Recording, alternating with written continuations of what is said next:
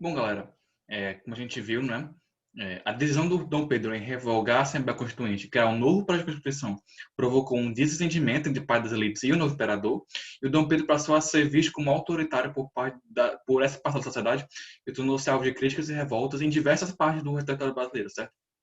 É importante notar que, é, andando um pouquinho para trás, né, a independência, tipo, apesar de não ter sido um processo tão, não teve tantos conflitos tipo, militares assim, né? Em algumas regiões do país, ela teve tipo momentos de questionamento, sabe? Tipo, com regiões do norte, nordeste, de galera que não queria aceitar a independência, certo?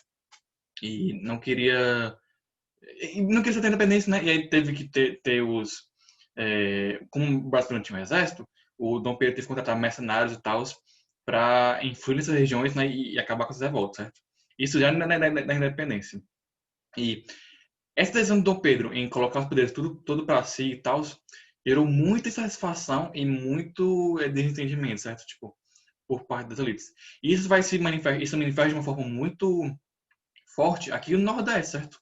Porque pouco tempo depois que a Constituição de 1924 foi otorgada, ocorreu um dos protestos mais significativos, a chamada Confederação do Equador. Esse movimento envolveu elementos das elites das províncias de Pernambuco, Paraíba, Rio Grande do Norte, Ceará, que estavam descontentes com as decisões de Dom Pedro, certo? E que removiam os poderes desses grupos, porque ele colocava novamente tudo para si. E esse fato alimentou essa mobilização contra o imperador. E a imprensa também atua nesse processo. E muitos jornais criticavam o Dom Pedro I abertamente, entre eles comandados pelo Ficano Barata e pelo Frei Caneca. E nesse contexto, deu-se um movimento de independência das províncias e rapidamente o governo agiu, sufocando a revolta e perseguindo seus líderes, ter condenado vários à morte, certo?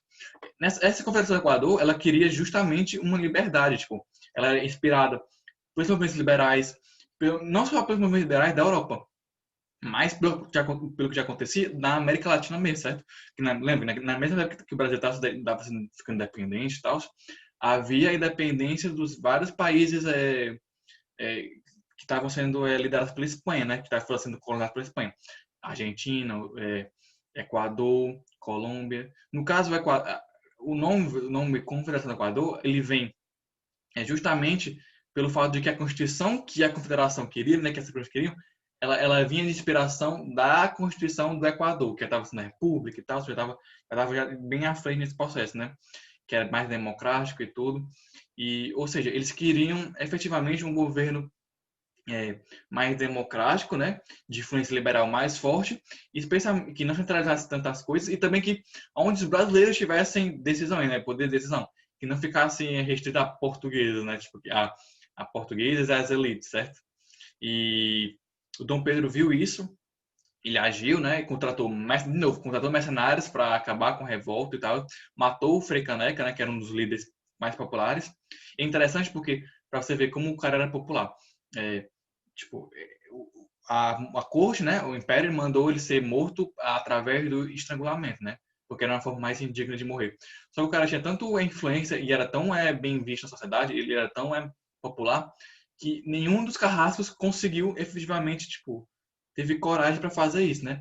No caso, eles decidiram matar ele é, como vai dizer, por arma mesmo, né? Por arma de fogo, né? Tipo, matar por tiro. Só que tipo, eles mataram o cara por tiro, né?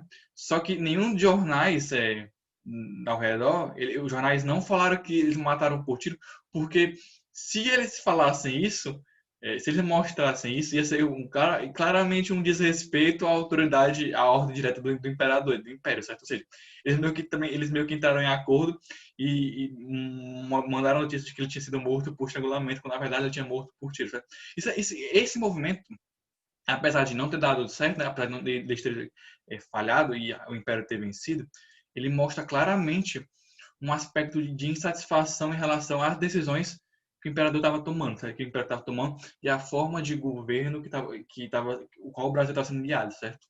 Além disso, além dessa impopularidade em relação à Constituição, né, em si, à forma de governo, outro fato vai dar bastante popularidade ao governo do Dom Pedro, que é a chamada Guerra na Cisplatina. Lembram de que o Dom João, na época ainda que o Brasil ainda era de Portugal, né?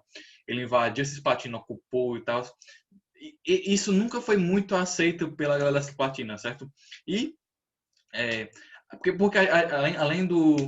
das diferenças serem enormes, né? Porque, por exemplo, os cisplatinos, eles tinham tradição hispano-americana. Sabe? Eles não eram da colonização portuguesa, certo? Eles eram da colonização hispano-americana, dos espanhóis e tal. E a maioria deles, eles eram republicanos, certo? Ou seja, tinha várias diferenças culturais e políticas aí.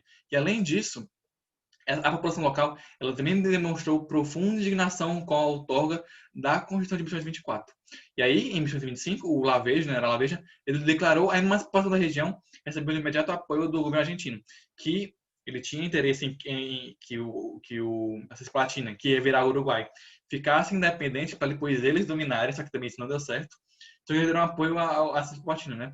O Dom Pedro ele enviou tropa para a região, gastando dinheiro que ele não tinha, isso é uma coisa bastante importante, ele não tinha dinheiro porque, lembra, já tinha as dívidas de Portugal e Inglaterra que tinha que pagar, e ainda tinha mais isso. Ele enviou tropa para a região com dinheiro que ele não tinha, e depois de 30 anos de confronto, com uma guerra que não tinha apoio popular, não tinha apoio do Brasil, tipo, a opinião popular pública não estava afim de que ele gastasse dinheiro todo para a Cisplatina. A guerra terminou, no final das contas, com reconhecimento da Inglaterra, com reconhecimento do Brasil argentino, da independência do Uruguai, sob a mediação da Inglaterra. Ou seja, aquela guerra toda foi pra nada, entre aspas, né? Tipo, gastou todo o dinheiro que ele não tinha, se indispôs com a opinião pública ainda mais e não conseguiu, tipo, manter o Uruguai, sabe? Certo? E isso vai criar uma impopularidade enorme por Dom Pedro, certo? E como estava a situação econômica do Brasil sobre Dom Pedro I? Bom, era muito delicado, né, nos primeiros anos. E aí, os fatores que promoveram tal crise financeira, a gente pode citar a falência do Banco do Brasil. O Banco do Brasil faliu. O Banco do Brasil que tem hoje, né, que existe hoje, vem dessa época, né? E ele basicamente ele basicamente faliu por conta dessas dívidas, né? Especialmente após o pagamento da indenização pela independência. A dívida externa com a Inglaterra aumentou, porque a gente teve que arcar com os gastos do governo que tinha o reconhecimento e as despesas para repressão à Confederação do Equador e a Guerra de Platina. A baixa arrecadação de impostos decorrente da prorrogação daquele tratado de 1910, né, que davam direitos mais para a galera que comprava e menos para a gente que vendia. A concorrência internacional sobre os principais produtos da exportação brasileiras, que era açúcar e algodão, ou seja, tinha forte concorrência do internacional e isso baixava os preços dos produtos. E a inflação, ou seja, desvalorização monetária causada pela emissão descontrolada de papel moeda, ordenada pelo Dom Pedro I para cobrir o governo. Ou seja, a situação econômica do Brasil sob o Dom Pedro I estava muito tensa e isso, aliado a esses fatos das guerras, das revoltas, vai aumentar bastante grande as tensões e a impopularidade do Dom Pedro I, certo? E na próxima aula a gente vai ver como isso vai começar a se desenhar para a abdicação, beleza? Valeu!